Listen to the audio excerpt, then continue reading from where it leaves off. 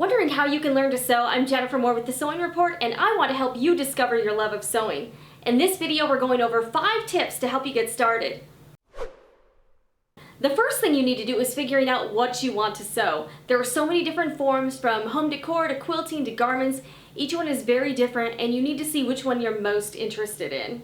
Number 2 is to do some research. I would recommend looking at YouTube, sewing blogs, and also there's an app and website called Craftsy that offers a lot of free classes, and that's where I would kind of go and do some exploring, look at some tutorials and some how-tos, just to kind of whet your appetite and see what it's all about.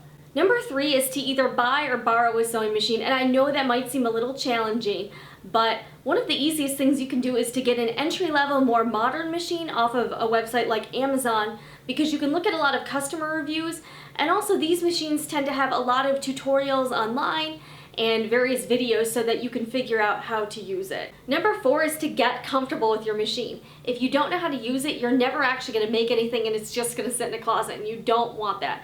So there's a few different things you can do. You can take a class at maybe a local quilt shop.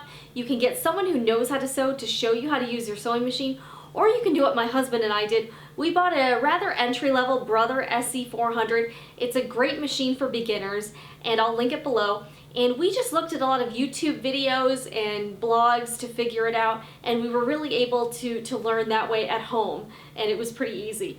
And lastly, number 5 is to definitely start out with a beginner-friendly project. You don't want to start out by making a ball gown. You want to start out by making something simple, like maybe a placemat, napkins. I started out with a baby blanket. You could do throw pillows, a pillowcase, something that's simple and doesn't have a lot of complications to it. Because if you start out with something that's too difficult for you, you're going to be frustrated and you're not going to want to continue sewing. To help make this easier, I've compiled a comprehensive resource guide on my website, sewingreport.com, so you definitely want to check that out if you're new to the sewing world and you need a lot more information. And also, if you like this video and want to see more like it, please consider subscribing to my channel, and thank you so much for watching.